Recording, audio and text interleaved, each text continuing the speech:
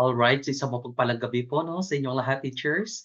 I hope na dito na po yung ating mga nag-aabang 'no, mas especially po yung ating mga TLE at saka yung ating mga ticketed majors, okay? Do not forget po 'no, to share our live and of course paki-mention din po ng ating mga kakilala sa ating comment sections. At least 'no, marami naman po tayong matulungan, okay? Paki-share po, paki-tag ng friends po ninyo sa ating comment section. And of course here, tonight po ipag-uusapan po natin yung ating session 9. This one is your Agri-Fishery Arts, okay? Most especially po yung ating mga TLE major in agriculture and fishery arts. I hope nandito na po kayo, no? And of course here, open pa rin po yung ating final coaching, no? And of course, tomorrow po, we will be having our pre-board examinations. For those po na hindi pa po kabilang, no, sa ating private group, pwedeng-pwede po kayong humabol, okay? Pwedeng-pwede po ninyo makuha yung mga inclusions natin dito, downloadable files, tips and techniques, and of course, yung ating pabaon drills, no? For only 130 pesos, pwedeng-pwede na po ninyo ma-avail niyan, okay? And of course, here, our pre-board, okay, as what I've mentioned, March 6, 2026. So that would be from 8 a.m. hanggang 11:59 p.m. po yan, no? Ma-access po ninyo yung ating pre-board examination. So ano pa po yung hinihintay natin, no? Magpa-member na po, murang-mura, 130 pesos. Pwedeng-pwede na po ninyong ma-avail yan, okay? And of course, here, bago po tayo magsimula, no, let's begin our discussion with our opening prayer. Let's have our daily prayer here, okay? Fast discussion lamang po ito, no? Lord God, as I begin my review, calm my mind and strengthen my focus. Grant me wisdom to understand, patience to learn, and clarity to remember all that I've studied. Guide my thoughts, remove all fear, and fill my heart with confidence and peace. May my efforts bring honor to you and lead me closer to my goals. Amen. Okay, di magandang gabi po kay Miss Eunice. Okay, nandito na, no? Si Sir Frederick nandito na din. Si Miss Queenie nandito na din. Okay, magandang gabi po. Magandang gabi kay Sir Elepsis. Okay. Si Miss Rhea nandito na din. Okay, magandang gabi po. Again, paki-mention po ng ating mga kakilala, no? Ng ating mga friends. And of course, do not forget to share our live tonight. Okay? Ready na po ba? Kapag ready na po tayo, no, pakilapag po sa ating comment section, ready na. Again, kapag handang-handa na po tayong i-ace yung ating papalapit na licensure examination for professional teachers, pakilapag po sa ating comment section, ready na.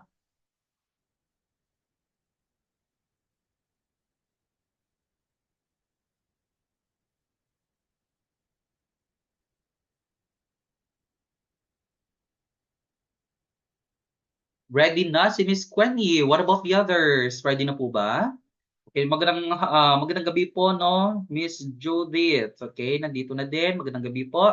Ready na si Miss Eunice. Of course, wag na po nating patagalin, no? Let's try to discuss our concepts tonight. Okay, mabilisan lamang po ito. Try po natin ha, right after this one, try po natin if okay pa po yung aking connection, no?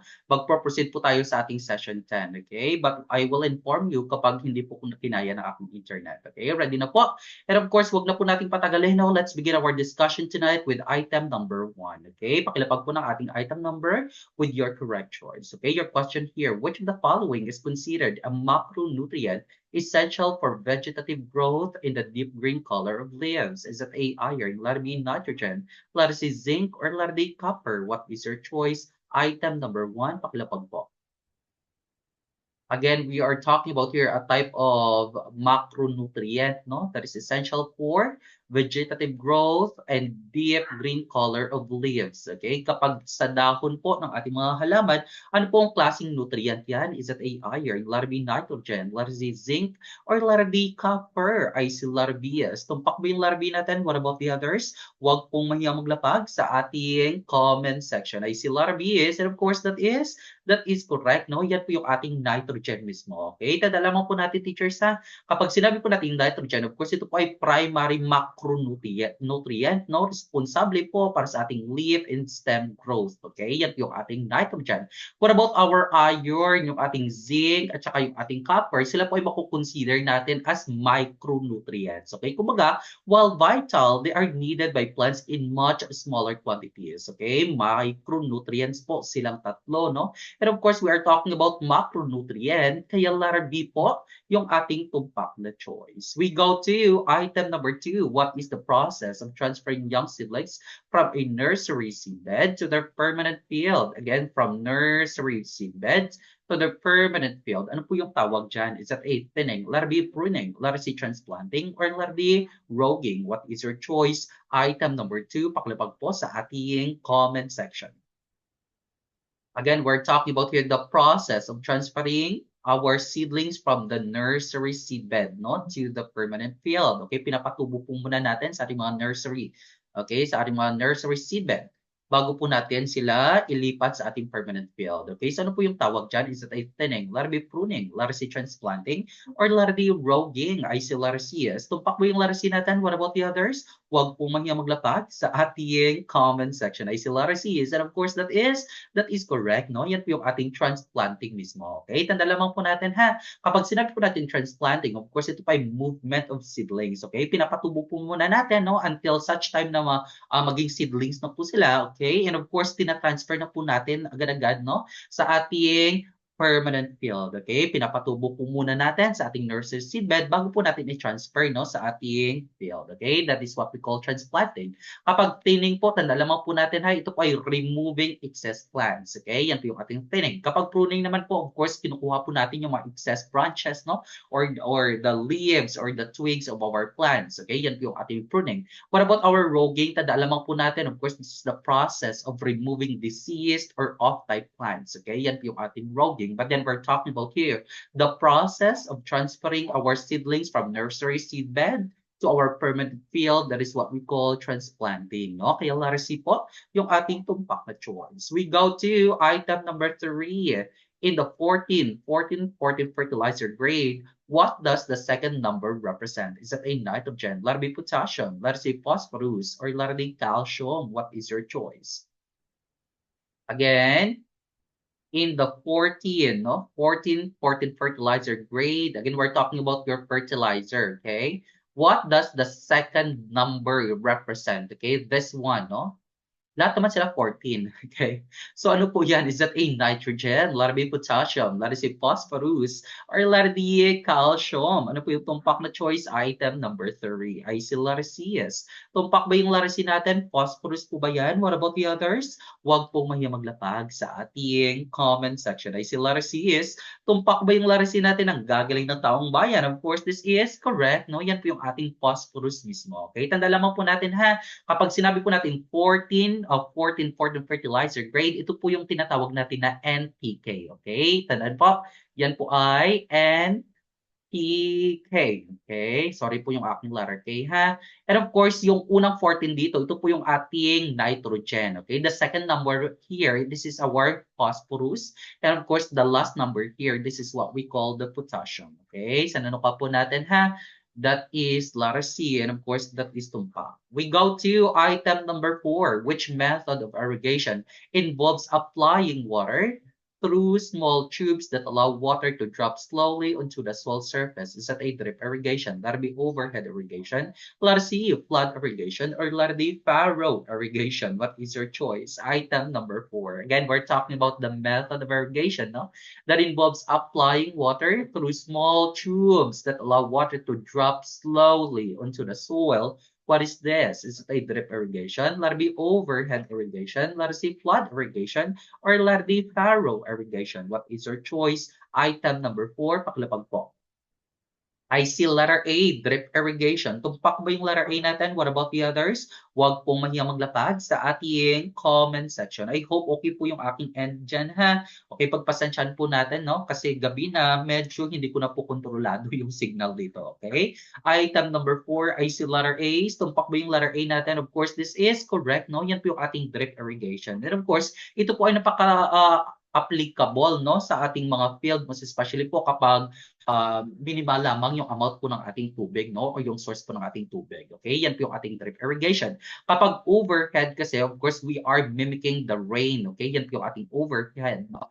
Kapag flood naman, and even po yung ating furrow irrigation, of course, it involves saturating the ground, no, leading to higher water waste. Okay, yan po yung ating letter C at saka letter D. But then we're talking about here the efficient type of irrigation, no, most especially po in our field, that is a lack of water source. That is what we call drip irrigation. No? Letter A po, yung ating tumpak na choice. We go to item number 5, a chemical used specifically to kill or inhibit the growth of fungi. Okay, is called, is it A, herbicide, letter B, insecticide, letter C, rodenticide, or letter D, fungicide? What is your choice? Item number 5. What is your choice here? Pakalapag po. Again, we're talking about here the chemical, no? The chemical that is used specifically to kill or inhibit the growth of fungi. Ano po yan? Is it a herbicide? Letter B, insecticide. Letter C, rodenticide. Or letter D, fungicide. I see letter D. Yes. Tumpak ba yung letter D natin? What about the others, no? Huwag pong mahiyang maglapag dyan sa ating comment section. I see letter D is, tumpak ba yung letter D natin? Of course, kapag fungi, of course, huwag na po nating, huwag na po tayong lumayo, no? Yung tumpak na choice natin dito, of course, would be letter D, no? That is what we call fungicide. Okay? Tandaan lamang po natin ha, kapag nakita po natin dito sa ating mga chemicals dito, no, yung mga side na yan po yung ibig sabihin ng suffix na yan is to kill. Okay? And of course, kapag sinabi po nating herbicide, ito po ay tinatarget po niya yung mga weeds. No? Kapag insecticide po, of course, it targets the insects. Okay? Yan po yung ating insecticide. Kapag rodenticide, of course, it kills or it inhibits the rodents. Okay? Yung halimbawa nito, yung mga rats no, or mice. Okay? Yan po yung ating rodenticide.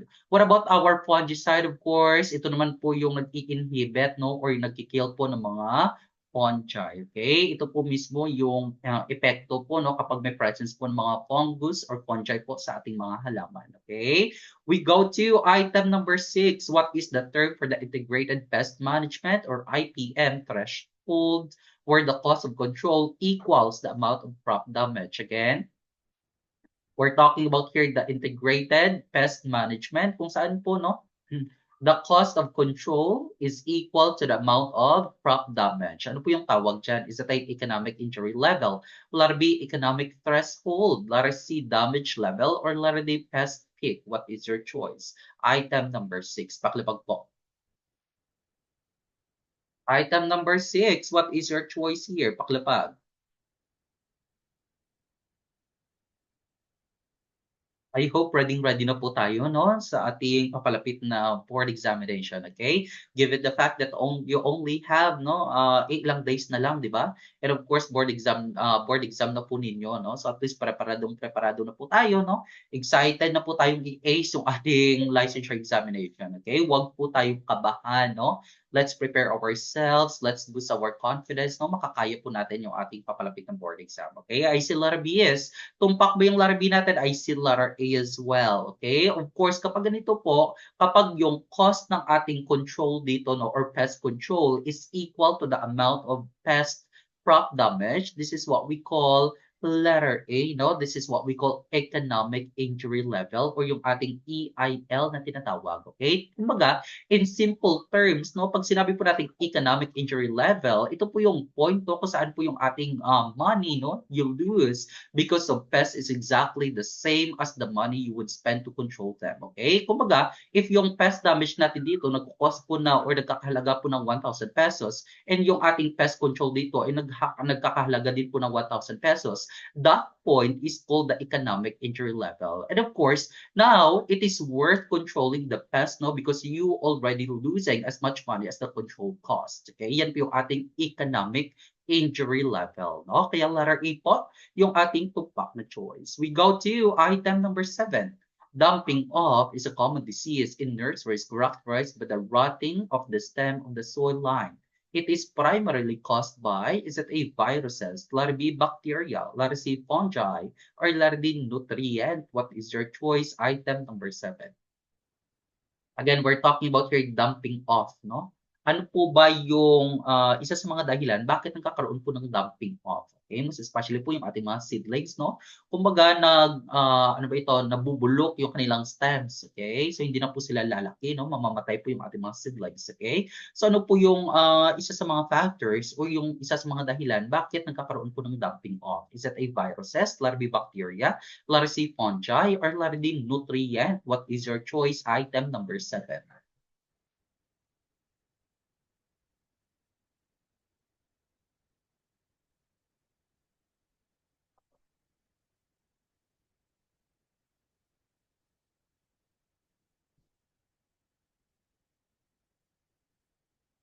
Okay, item number 7 ay si letter C is. Tumpak ba yung letter C natin? What about the others? Huwag pong mahiyang maglapag dyan sa ating comment section. Of course, tandaan lamang po natin ha, kapag na-encounter po natin sa ating actual board examination, yung dumping off, ito po ay cause ng tinatawag natin na fungi. No? Yan po yung ating dumping off mismo. Tandaan lamang po natin ha, kapag sinabi po nating dumping off, of course, it is almost no or always caused by soil-borne fungi, no? Thriving in overly wet conditions, okay? Kumbaga, nalalanta, no? Or nag-rot na, di ba? Nag-decompose na yung stem ng ating seedlings dito.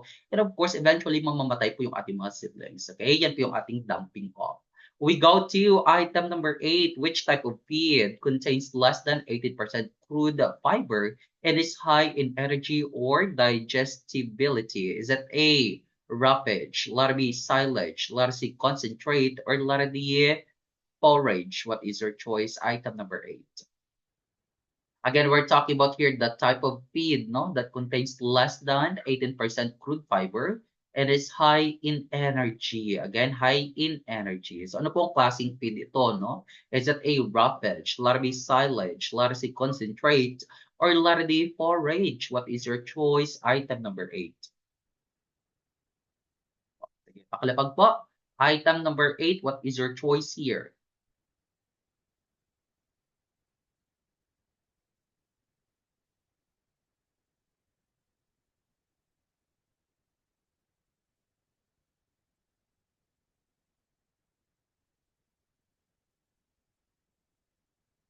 Item number 8 ay si letter B, silage. Tumpak ba yung letter B natin? What about the others? Huwag pong mahiyang maglapag dyan sa ating comment section. Kahit alanganin po yan, no? Wala pong problema. At least nandito po tayo para matuto. Okay? Item number 8 ay si letter B. Tumpak ba yung letter B natin? Ay si letter C with a question mark. Tumpak ba yung letter C natin? Of course, kapag ganito pong klaseng tanungan yung na-encounter po natin sa actual board examination, yung tumpak na choice natin dito would be, this is letter C. No? Yan po yung ating concentrate na tinatawag. Okay? Tanda lamang po natin ha, kapag sinabi po natin concentrate type of feeds, of course, it includes grains, no, and leguminous protein meals. Okay, yan po yung ating concentrate. And of course, mayaman po sila sa energy, no, and digestibility na tinatawag. Okay, yan po yung ating concentrate type of feeds. Kapag roughage, yung ating silage, and even po yung ating forage, tandaan po natin sila po ay high fiber feeds, no, katulad po ng ating mga grass or corn stalks used primarily for ruminants type of animals. Okay, yan po yung ating tatlong options. But then we're talking about here a type of feed that is high in energy, in digestibility. That is what we call concentrate type of feed. Okay, we go to item number 9. What is the process of stocking fish in an enclosed area and providing them with supplemental feed until they reach marketable size? Is it A, fish capture, letter B, aquaculture, letter C, fish processing, or letter D, limnology? What is your choice? Item number 9. Again, we are talking about it, the process of stocking fish in an enclosed area, no, and providing them with supplemental feed until they reach marketable size. Okay, we are raising fish, no? Is that a fish capture? Let it be aquaculture. Let it see fish processing, or let it be limnology. What is your choice? Item number 9. Sige, try po nating sagutin. Item number 9, what is your choice here? Again po, paki-share po ng ating live, no? Paki-mention din po ng ating mga kakilala, ng ating mga friends, no, sa ating comment section. At least, no, kaya pa po nilang panuorin yung ating live discussion tonight. And of course, after couple of hours, no, mawawala po ito sa ating YouTube channel. Okay? I-upload po ito sa ating private group. So for those po na hindi pa po nakapagpa-member, pwedeng-pwede niyo po akong ma-message, no, sa aking social media account, most especially po sa aking FB. Just search my name, Jeff Hermoso Pascual, para ma-add po namin kayo sa ating private group. And of course, murang-mura lamang po, no, for final coaching, you will only be paying 130 pesos. Okay? Item number 9, I see letter A, I see letter C, yes, I see letter B. And of course, yung tupak na choice natin dito would be, this is letter B lamang lamang po. Yan po yung ating aquaculture. Okay? Unawaan po natin na mabuti yung ating tanong ha. Of course, pag sinabi po natin aquaculture, of course, ito po yung farming no, of aquatic organisms. Diba? It includes our fish. No? That is what we call aquaculture. Kapag capture kasi, of course, we are just capturing no, or we are just doing wild fishing. Okay? Yan po yung ating fish capture. Kapag fish processing po, of course, ito po ay post-harvest handling. Kaya X po yung ating letter C. Kapag letter D po, yung ating livenology, tandaan lamang po natin ha, ito po yung study of inland waters. Okay? Yan po yung ating livenology. But then we're talking about here the process of stocking fish in an enclosed area, providing them with supplemental feed until they reach marketable size. That is what we call aquaculture. No? Kaya letter B po, yung ating tumpak na choice. We go to item number 10. Fish culture system involves growing fish in a net enclosure. Again, net enclosure suspended in open water, such as lakes or sea. Is it a raceway? Let it be cage culture. Let it see dugout pond, or let it be tank culture. What is your choice? Item number 10. Yes po, no? Yung ating fish capture, that is catching fish. Okay? The word itself, capture. Okay? So it means you are catching, right? O sige, item number 10, net enclosure suspended in open water such as lakes or sea. Ano po yung tawag dito? Is it a raceway, larvae cage culture, larvae dugout pond, or larvae tank culture? What is your choice? Item number 10. I see larvae is, tumpak ba yung larvae natin? What about the others? Huwag pong mahiyang maglapag sa ating comment section. I see larvae is cage culture. Tumpak ba yung ating larvae? What about the others? Humabol po no sa ating comment section ay si Larvis, and of course that is correct no, yan po yung ating cage culture mismo. Tandaan lamang po natin ha, ano po yung itsura ng ating cage culture, ito po siya mismo no. Tandaan lamang po natin kapag sinabi po natin cage culture, of course ito po yung ating aquaculture system no, kung saan po yung ating mga isda are raised inside net enclosures or cages no, that are suspended in open water, katulad po ng ating mga lakes, reservoirs, or seas. And of course, yung cages natin dito no, allow natural water circulation while keeping the fish contained for feeding and harvesting. Okay, yan po yung ating cage culture na tinatawag. Kapag raceway kasi, of course, ito po ay long, no, narrow channel where water continuously flows through. Commonly, ginagamit po natin ito no, in our fish farms with controlled water supply. Okay, yan po yung ating raceway mismo. Kapag dugout pond po, tanda lamang po natin, of course, ito po yung earthen pond excavated from the ground and filled with water for fish culture. Okay, yan po yung ating dugout pond na tinatawag. Kapag tank culture po, of course, ito po ay raising of fish no, in artificial tanks katulad po ng ating mga concrete, fiberglass, or even po yung, sa ating mga plastic tank no, within a controlled environment. Okay, yan po yung ating tank culture. But then we're talking about here the system, no, culture system that involves growing of fish in a net enclosure suspended in open water such as lakes or sea. That is what we call cage culture. Okay, just wait for a while.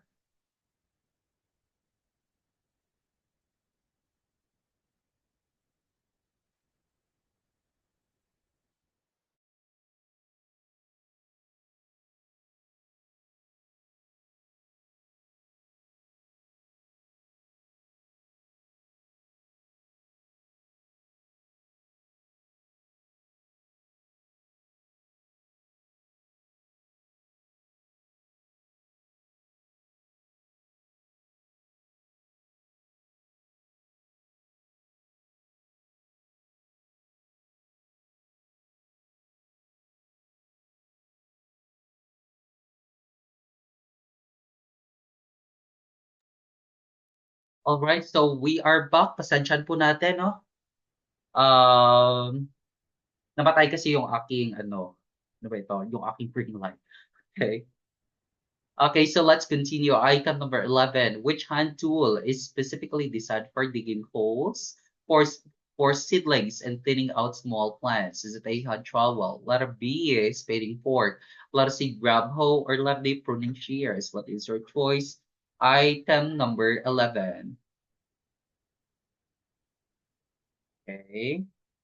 Item number 11 again, which hand tool? No, we are talking about a hand tool. Okay. Specifically, specifically designed for digging holes for seedlings and thinning out small plants. Okay, so ano po ito? Is that a hand trowel? Letter B, spading fork. Letter C, grab hoe. Or letter D, pruning shears. What is your choice? Item number 11. I see letter A. Tumpak ba yung letter A natin? Of course, kapag ganito po yung ating na-encounter no, sa actual board examination, yung tumpak na choice natin dito would be, this is letter A. No? Yan po yung ating hand trowel na tinatawag. Okay? Tanda lamang po natin ha, kapag sinabi ko nating hand trowel, of course, this one is designed no, for small scale digging. Okay? Yan po yung ating hand trowel. Kapag spading fork po, ito naman po yung ginagamit natin na for loosening soil. Okay? Yan po yung ating spading fork. Kapag grab hoe naman po, of course, this one is designed for heavy digging or breaking soil. Okay? Yan po yung ating grab hoe. Kapag pruning shears, of course, ito naman po ay designed no, for cutting stems. Okay? Sa ano ka po natin? Item number 11. Letter A po, yung ating hinahanap. We go to item number 12. Which equipment is used to draw water from a source to irrigate the crops? Again, the one that is used to draw water from a source to irrigate the crops. Is it a sprayer? Letter B, water pump. Letter C, thresher. Or letter D, cultivator. What is your choice? Item number 12. Okay, tandaan po natin ito ha. Kasi nga po, no, previously lumabas po ito. Okay? O sige, item number 12. What is your choice? Again, which equipment is used to draw water from a source to irrigate the crops? Is it a sprayer, letter B, water pump, letter C, thresher, or letter D, cultivator? What is your choice? Item number 12. Pakilapag po.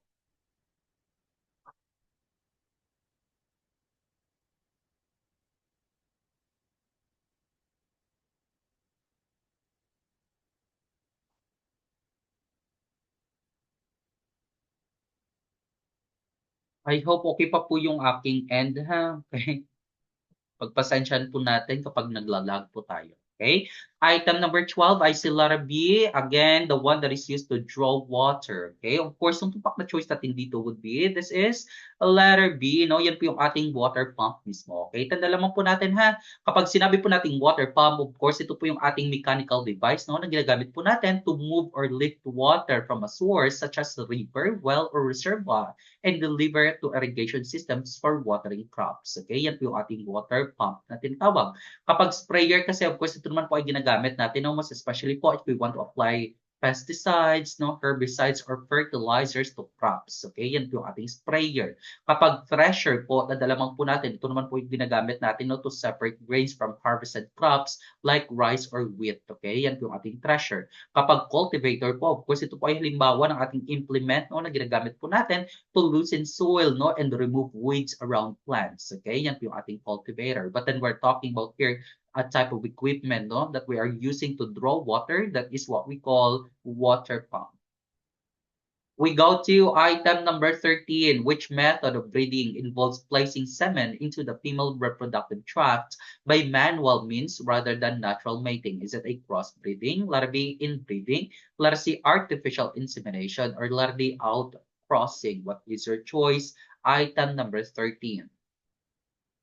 Again, we're talking about here the method of breeding, no? Breeding that involves placing semen, okay, into the female reproductive tract, okay? So ano po yung tawag dito? Is that a crossbreeding, letter B, inbreeding, letter C, artificial insemination, or letter D, outcrossing? What is your choice? Item number 13. I see letter C is, tumpak ba yung letter C natin? What about the others? Huwag pong mahiya maglapag dyan sa ating comment section. Okay? Tumpak ba yung letter C natin? What about the others? Huwag pong mahiya. Okay? Item number 13, I see a lot of letter C's. And of course, that is correct. No? Yan po yung ating artificial insemination na tinatawag o yung ating AI mismo. No? Tanda lamang po natin, kapag sinabi po natin artificial insemination, of course, ito po yung ating breeding technique no, in our livestock production, kung saan po yung mga semen no, ng ating mga boars, for example, is collected no, from male animal and manually inserted into the female reproductive tract without natural mating. Okay? Kinukulikta po natin yung mga semen no, ng mga born na baboy. Okay? Yung lalaking baboy po. And of course, ginagamit po natin yan to insert into the reproductive tract po ng ating mga female swine. No? That is what we call artificial insemination. Kapag crossbreeding po, tanda lamang po natin, of course, ito po ay mating of animals no, from two different breeds to combine desirable traits. Okay? Yan po yung ating crossbreeding na tinatawag. Kapag inbreeding po, tanda lamang po natin, of course, ito ay mating of closely related animals to preserve specific traits. Okay? Yan po yung ating inbreeding. Kapag outcrossing po, of course, ito po ay mating of unrelated animals within the same breed, no? To maintain genetic diversity. Okay? So, nanuka po natin ha. Item number 13, the process of collecting the semen, no, of animal or the male boar or male pig, no? And of course, that is inserted to the female reproductive tract. That is what we call artificial insemination.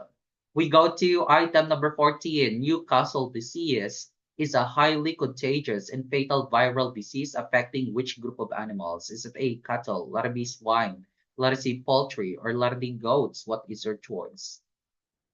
Again, item number 14, kapag Newcastle, no?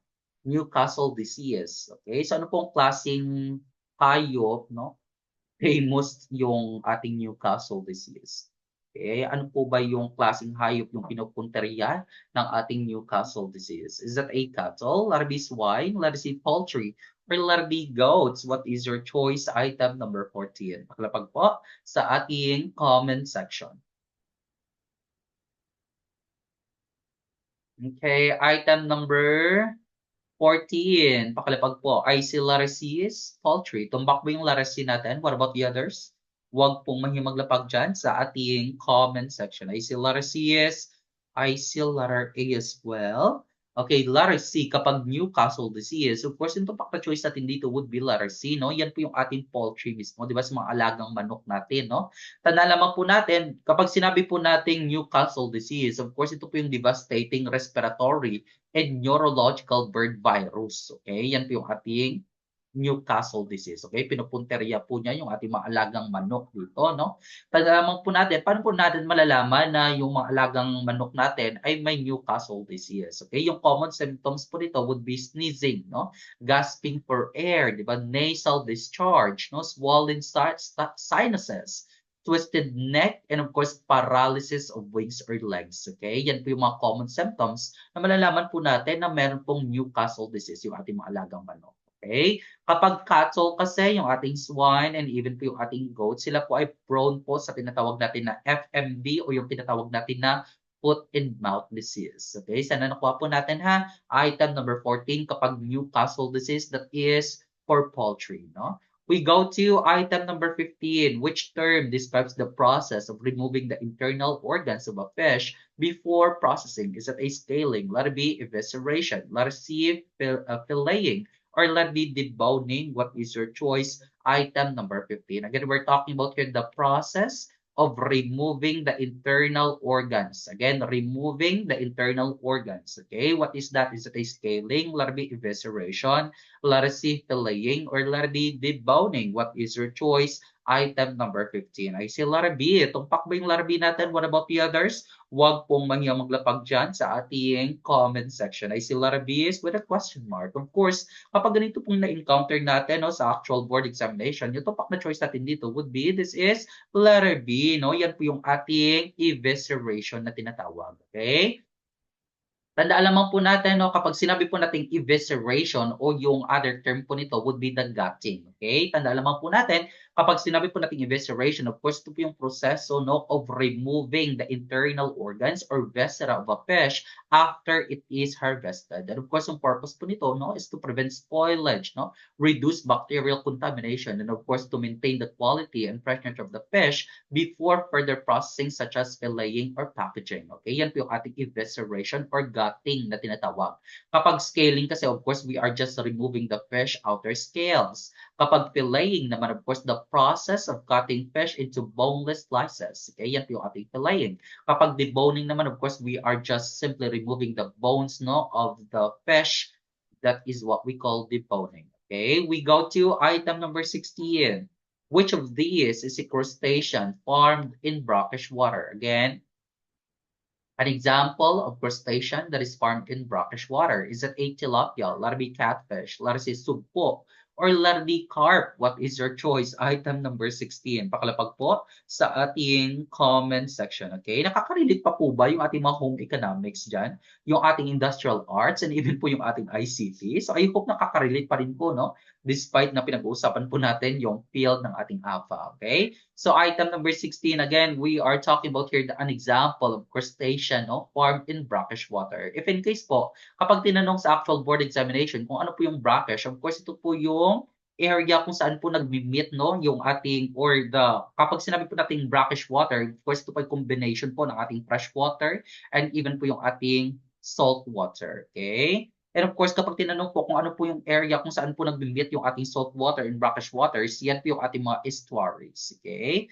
So, item number 16, what is your choice here? Is it a tilapia, larvae catfish, larvae sugpo, or larvae carp? Okay. Napapadyos ko na dito si Mr. Ellipsis. Okay? Laban po, no? Laban po tayo. O sige nga po, pakilapag ng inyong mga majors para malaman po natin, no, kung ilan po yung ating mga AFA, yung ating ICT, yung ating home economics dito. Sige nga po, pakilapag po ng inyong mga majors sa ating comment section. Sige, kapag ganito po yung ating mga tanungan, no, na-encounter po natin sa ating actual board examination, yung tupak na choice natin dito would be, this is letter C, no, yun pong ating sugpo na tinatawag o yung ating Peneus monodon mismo, no, yung ating tiger, okay, yung tiger prawn mismo. Okay, tandaan mo po natin ha, kapag sinabi po nating sugpo, of course ito po yung halimbawa ng ating crustacean, no, commonly kinoculture po natin in our brackish water ponds. And of course, yung purpose nito in our aquaculture, no, is for commercial shrimp production due to high market value and adaptability to brackish environments. Okay? And of course, kapag sinabi po natin kasing tilapia, ito pa yung freshwater fish, no? Yung ating catfish, freshwater din po yan, and even po yung ating carp mismo, no? Tandaan mo po natin again ha, we're talking about crustacean, not fish, no? Kaya larsi po yung ating tumpak na choice, okay? Nandito po yung ating mga BT Ed, no? Major in Civil Technology. Okay? Nandito din po yung ating mga TLE, Major in Home Economics, ICT, okay? ICT, TLE, Home Economics. Okay? Food and Service Management. Okay? Laban, kayo pa ba? Laban po tayo, no? We go to item number 17. Which of the following is a fixed cost in a farming business? Again, kapag fixed cost po yung ating pinag-uusapan, what will be your choice here? Is it a seeds, let it be fertilizer, let it be land tax, or let it be daily wages for labor? What is your choice? Okay, home economics, watching from General Santos City. Okay, shout out po kay Mr. Ellipsis.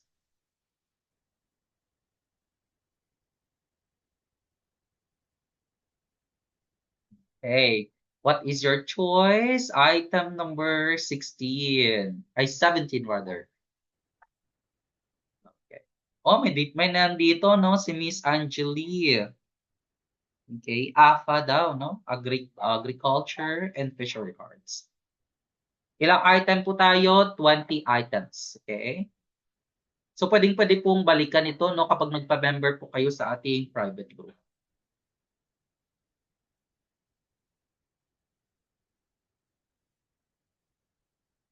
Sige, item number 17 ay si letter C kapag fixed cost. Tanda lamang po natin ha. Kapag sinabi po nating fixed cost, and of course yung halimbawa nito would be our land tax, no? Tanda lamang po natin kapag sinabi po nating fixed cost, of course ito po yung, no, or it must be paid regardless of how much you produce. Okay? Yan po yung ating fixed cost na tinatawag. Hindi na po siya umiiba, no? Fixed na po siya. Kapag sinabi po natin kasing seeds ng ating fertilizer and even po yung ating daily wages for labor, so of course ito po ay halimbawa ng tinatawag natin na variable cost, no, that change based on the scale of production. Okay, yan po yung ating variable cost. And of course, yung halimbawa po ng fixed cost natin dito, base po sa ating options, letter C po yung ating tumpak choice. We go to item number 18, which government agency in the Philippines is primarily responsible for agricultural development and research. Is it a DENR, letter B DepEd, letter C DA, or letter D DOST? What is your choice? Malapit na pala mata. Laban po, laban. Okay, watching from Dipolog City. Okay, shout out po kay Sir Evan dito. Okay, we also have student from Isabela. Shout out kay Sir Frederick. Okay. Item number 18. Again, we are talking about a government agency, no? That is responsible for agricultural development and research. Is it a DANR? Letter B, DepEd. Letter C, DA, or letter D, DOST. I see letter A's. I see letter C. Okay, what is your choice? Nag-aawa yung ating letter A at saka yung ating letter C. Yes. And of course, kapag ganito po yung na-encounter natin, no? Kapag agricultural development, of course, ito pak na choice natin dito would be, this is letter C. Yan po yung ating DA. Ano po ba yung ibig sabihin ng ating DA? Ito po ay Department of Agriculture. Okay? Tanda lamang po natin ha. Kapag sinabi po natin DA, of course, it oversees farming and fisheries. Okay? Yan po yung ating DA mismo, no? Or Department of Agriculture. Kapag DENR kasi, of course, ito po ay Department of Environment and Natural Resources. Kumbaga, sila po yung nag-handle ng ating mga natural resources mismo, no? Kapag DepEd, of course, unrelated naman ito po ay Department of Education. Kapag DOST naman kasi, of course, it handles science and technology in general. Okay? Sana nakuha po natin ha. Item number 18, kapag agricultural development, that is Department of Agriculture. Okay? DA po yan. Letter C po yung ating tumpak na choice. We go to item number 19, which organic fertilizer is produced through the decomposition of organic matter by various species of worms, usually red wigglers. Again, may presence po ng ating mga worms. Ano po yan? Is that a compost tea? Letter B, vermicompost. Letter C, guano. Or letter D, green manure. What is your choice?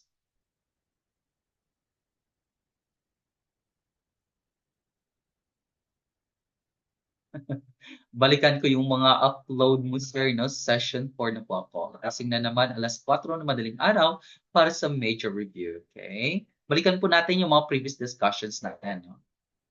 Yes po, Mr. Ellipsis, no? DA stands for Department of Agriculture, okay?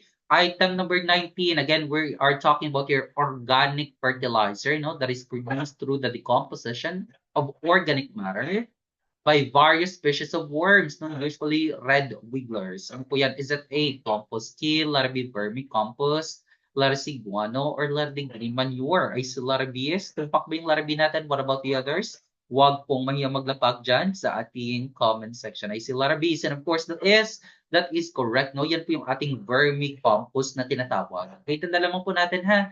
Kapag sinabi po natin vermicompost, of course, ito po yung ating organic fertilizer, no? That is produced through the composition of organic waste materials by earthworms, di ba? Commonly, yung ating mga red wigglers, no? Katulad po ng ating Eisenia fetida. Of course, and of course, yung purpose po nito, no, is to convert biodegradable waste into nutrient-rich castings, no, that improve soil structure, fertility, and microbial activity. Okay, yan po yung ating vermicompost na tinatawag. And of course, halimbawa po ito na tinatawag natin na organic fertilizer. And of course, nalalaman po natin, kapag sinabi po natin compost tea, of course, ito po ay liquid, no, extract made from compost soaked in water. Okay, yan po yung ating compost tea.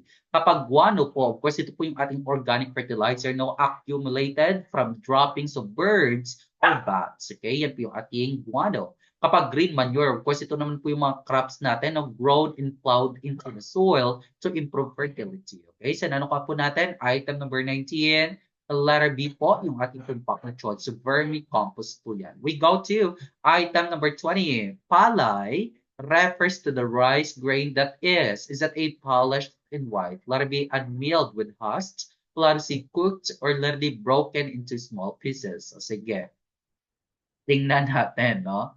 Kapag palay, ano po yan? Is it a polished in white? Letter B, unmilled with husk. Letter C, cooked. Or letter D, broken into small pieces. What is your choice? Item number 20. O sige, tingnan po natin. O. Try nyo magkamali dito, no?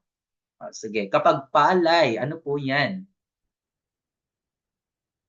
O, I see letter B, unmilled with husk. Okay? O, letter B. Tumpak ba yung letter B natin? What about the others? What is your choice? Item number 20. I see letter B. Is tumpak mo yung letter B natin. Of course, kapag ganito po yung na-encounter natin no, sa actual board examination, yung tumpak na choice natin dito would be, this is a letter B. No? Yan po yung ating unmilled no, with has. Okay? Present pa po yung kanyang outer covering. No? Yan po yung ating palay. Again, nalaman po natin ha, kapag sinabi po natin palay, of course, ito po yung ating paddy. Diba? Raw unhusked rice grain, often referred to as rough rice. Okay, yan po yung ating palay mismo. Kapag bigas yung tinatanong, of course, ito naman po yung klase ng rice, no, that has been milled. Okay, yung kumbaga yung husk niya, kinuha na mismo, no, but is still uncooked. Okay, yan po yung ating bigas. Kapag kanin, tandaan po natin, ito po ay cooked rice. Okay, yan po yung ating kanin. Kapag binlid, tandaan po natin, ito naman po yung mga small, no, broken pieces of rice. Okay, yan po yung ating binlid. Again, tandaan po, kapag palay, unhusked rice grain. Kapag bigas, rice that has been milled, no, but is still uncooked. Kapag kanin, cooked rice. And of course, yung binlid po natin, yan po yung ating mga small, broken pieces of rice. Okay, so ano pa po natin ha? Item number 20, kapag palay po, that is unmilled, no, with husks, no? Kaya letter B po, yung ating tumpak na choice. Okay, and of course, that ends our discussion tonight, no? Thank you so much po for participating. Try po nating try po nating i-discuss yung ating session 10. Hopefully po maging successful kasi nga po, no, medyo hindi ko na kontrolado yung ating internet connection dito. No? And of course, bago po tayo mag-iwalay, I would like to leave a quote here. No? Do it scared, do it broke, do it tired, do it alone. Just do it. Okay? Maniwala po tayo sa ating mga kakayahan. Maniwala po tayo sa ating mga sarili. No? We did our best already. Okay? Just do your best. Okay? Just do your preparation, no? I-prepare po natin yung ating mga sarili sa napapalapit na licensure examination for professional teachers. And of course, just let God do the rest. Okay? Papasa po tayo. Let's claim hashtag LPT 2026. Okay? Thank you so much po, teachers. No? Mag-update po ako sa ating private group, sa ating community chat kapag okay po yung ating signal mamaya. Okay? Mag-continue po tayo sa ating session 10. Okay? Bye-bye po. And see you later.